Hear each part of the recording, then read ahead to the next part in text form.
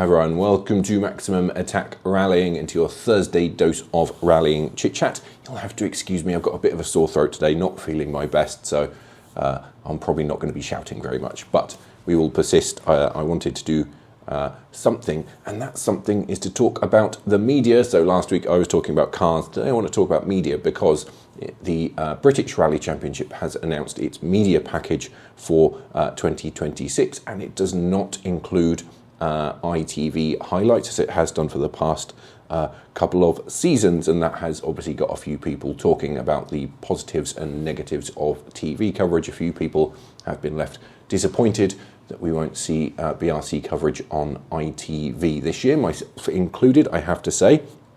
But I did want to talk a little bit about the whys and wherefores, and perhaps, just perhaps, where we're going a little bit wrong with TV coverage, not just in the BRC, but in rallying more widely. So we'll dig into that. So basically what's happened is that the BRC have announced that they are going social first for 2026. They've brought in Drew B Media to run the media programme for the series this year, and they're very much promising a social focused output with some things that actually I have to say sound quite promising. So they're talking about near real-time content on social media from the service park, stage side, interviews and various other things, as well as a highlights package to be aired on YouTube. So I will say that I think there are some potential positives there. You've also got the stage end lives being expanded with some help from new people. Matt Cotton and Bex Hinton will still be involved with those as well. So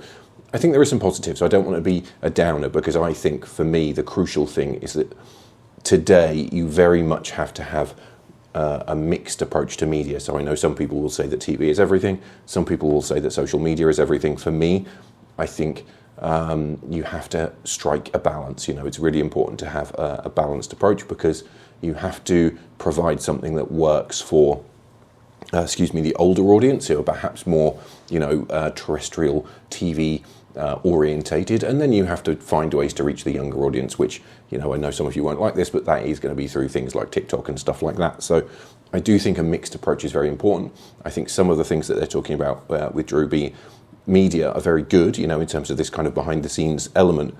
I know there has been a lot of disappointment from some fans that we're not going to be on terrestrial TV, and I do understand that argument. It is very much one of cost. So we lost ProBite, who were the title sponsor of the championship, and that is obviously a major factor. And I did see that the BRC actually commented on someone. I think that person actually worked for the production company, who was a bit disappointed to see that it had ended.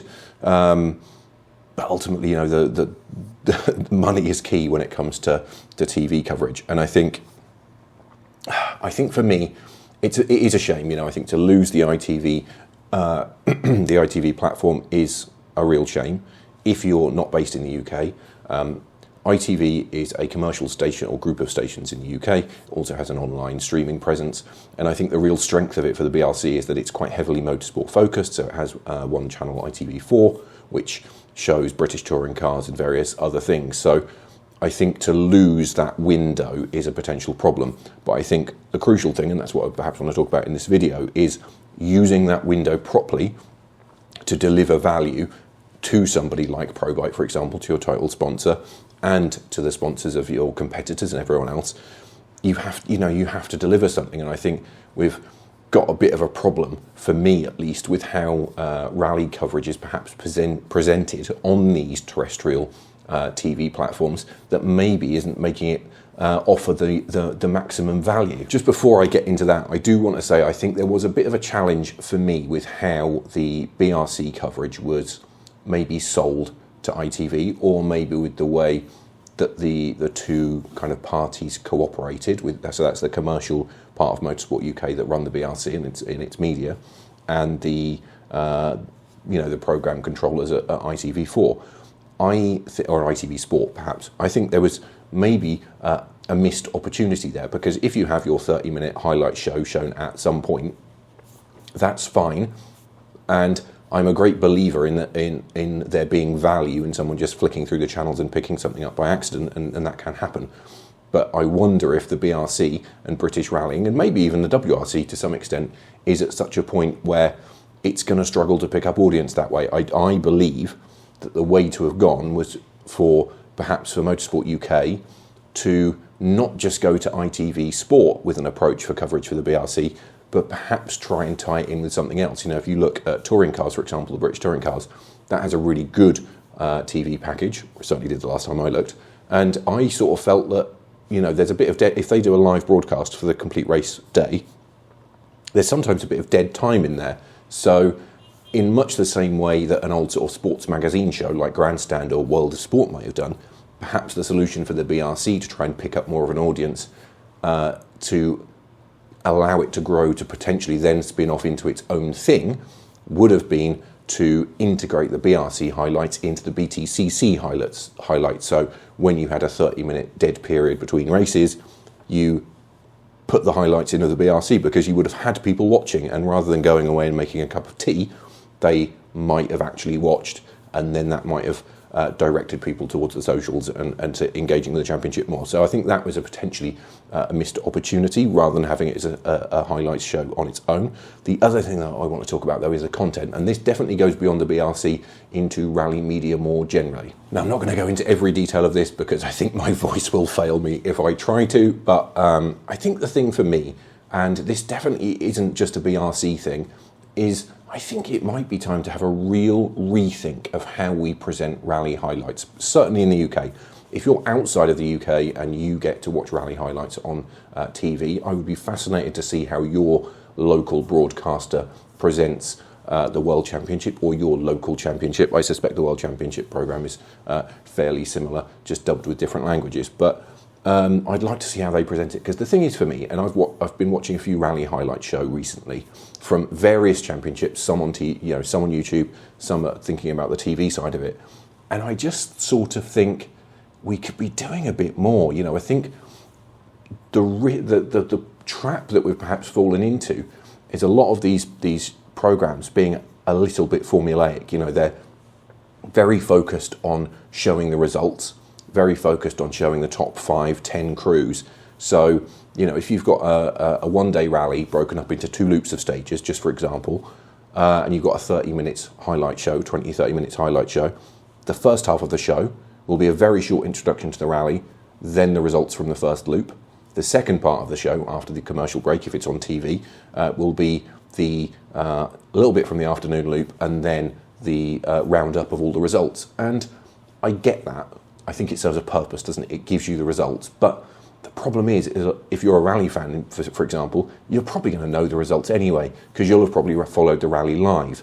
And even if you're not a rally fan, yes, it's useful to know the results. But I think the problem is if you just see the top 5-10 cars going around the same couple of junctions on each loop, and then someone just saying, so-and-so was finishing first, so-and-so was fastest on this stage, so-and-so was second fastest on this stage, it's not actually that engaging. I think we may be the key to growing audiences when it comes to rally highlights, whether it is the British Championship, the French Championship, the World Championship, is adding a little bit more, adding a little bit of background. If you're doing a highlight from every event of your 6-round championship, for example, do a couple of crew profiles, do a little bit of a techie feature on why a Rally 2 car is like it is, or a Rally 1 car. Throw in some random interviews in the service parks or random moments in the service park. It seems to me like a lot of rally highlights are just quite, here's the results, here's the cars going, done. It's short, sharp, 30 minutes, 20 minutes.